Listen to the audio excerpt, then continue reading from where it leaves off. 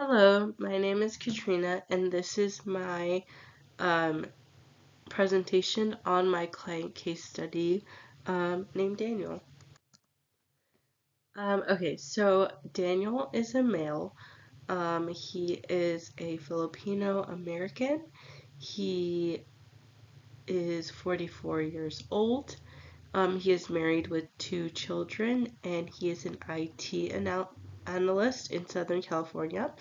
And he ties very well with his family tradition and culture. He is very involved with like values and his Filipino culture, and his wife is also Filipino, so they uphold a lot of tradition and culture in regards to that. Yeah, so some more background about Daniel. So he came in and his presenting problem was that he was having persistent intrusive thoughts related to contamination, fear of harm coming to his family, and anxiety about just making catastrophic mistakes at work. And so in order for him to cope with these thoughts, he started having these compulsive behaviors, such as like excessive hand washing 20 to 30 times per day, re a repetition of checking on logs and appliances and constantly looking at work emails, um, just having a mental review, reassurance seeking, so like asking his wife if they're okay, if his family's okay, if she checked multiple things like that. Um, he also started to avoid public spaces, not wanting to go out, and just not wanting to touch like public spaces in general of shared surfaces. And yeah, he reported to have these thoughts when he started college in his 20s, but it started to increase within the past 18 months. Um, and before that, it kind of was a lot during COVID, but it started to increase after um, someone in his family member got sick. So, yeah, so these questions of deductive reasoning are relative to what the correct diagnosis is, um, and which I think that Daniel does have obsessive compulsive disorder. Um, and so I ask these questions in order to really relate the symptoms that he could possibly have relative to what the diagnostic criteria is for obsessive compulsive disorder. And so the heightened anxiety or thoughts could be from substances or any like medications, which is why the question of do you take any medication or any misuse of substances is listed, because that is a diagnostic criteria.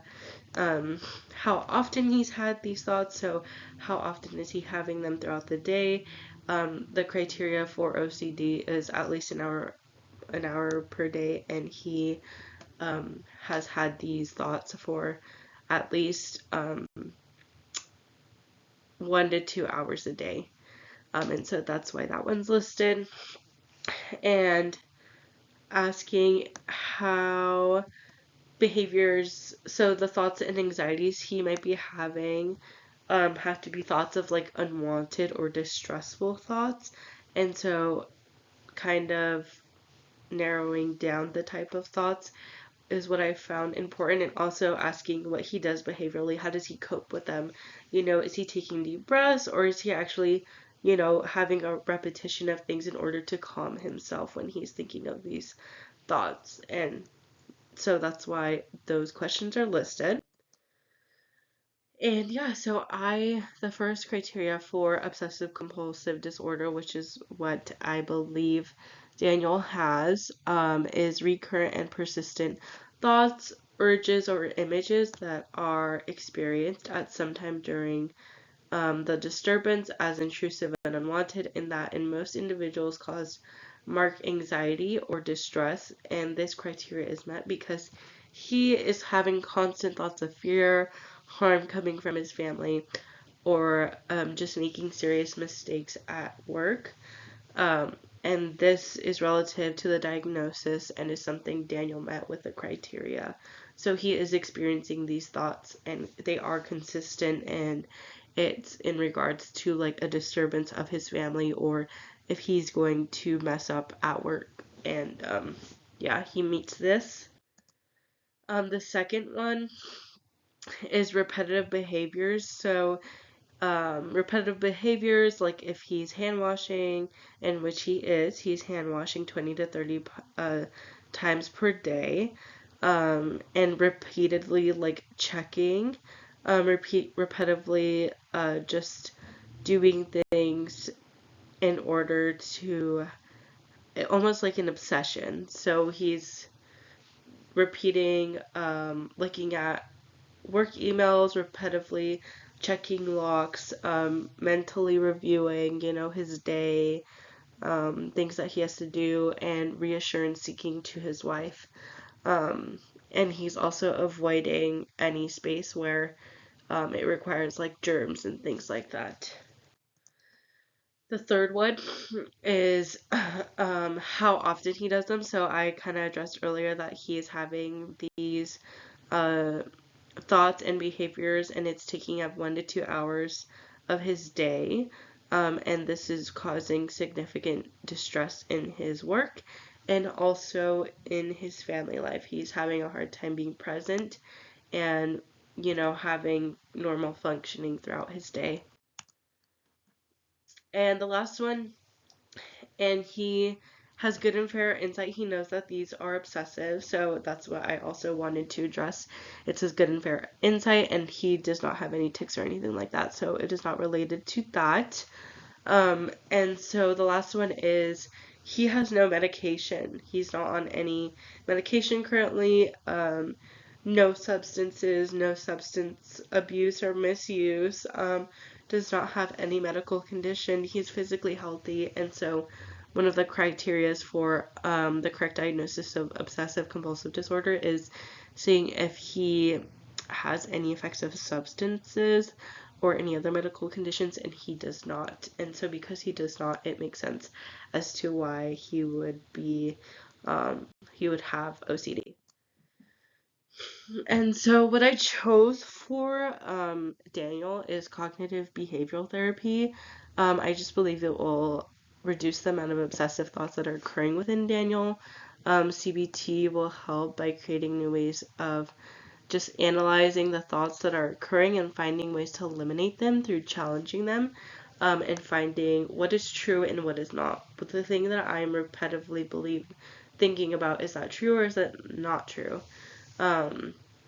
Understanding like cognitive distortion, so potentially like black and white thinking, and kind of reviewing that and just allowing for cognitive flexibility to enter the space in his mind, and just understanding cognitive flexibility, understanding, becoming educated psychologically of what's going on, having self-awareness of that, so analyzing the thoughts when they pop up in his head and leading to conclusions on, is this true or is this not true, and if this is not true, then I'm going to not think about that, and just also reviewing thoughts of perfectionism and achievement, and that's something that I'll talk about in this next slide, and just allowing room for cognitive flexibility, and challenging those thoughts.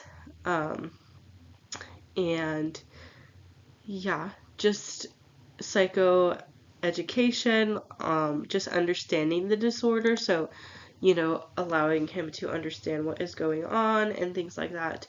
And I think also involvement with his wife of just the reinsurance can eliminate the constant asking, and that normal behavior can be removed, so there's no room for him to have those experiences.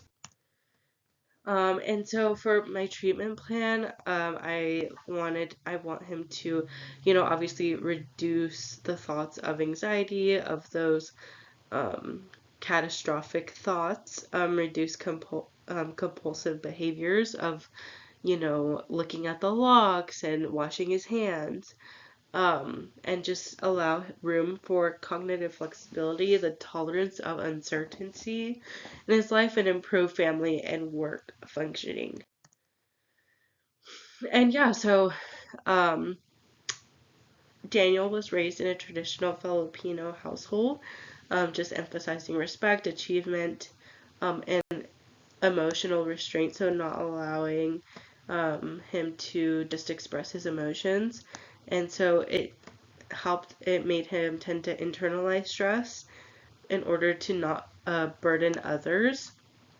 And so he's also perfectionist, and there is like a shame around mental health when it comes to the Filipino culture. And so these have all had, and also him being the man of the household, there's certain responsibilities that is different than other people in the household. And so because of this stress culturally and personality, if he's internalizing it, he can't show his emotion, and he's a perfectionist. These all tie into, this disorder that is not helping. And so being able to navigate this in a good way, and with self-awareness in these areas can lead to a greater healing and understanding of Daniel as a whole. And so, going through the achievement and his cognitive distortions can be a part of the process as well when introducing CBT. So, here are my references, and yes, thank you so much for listening.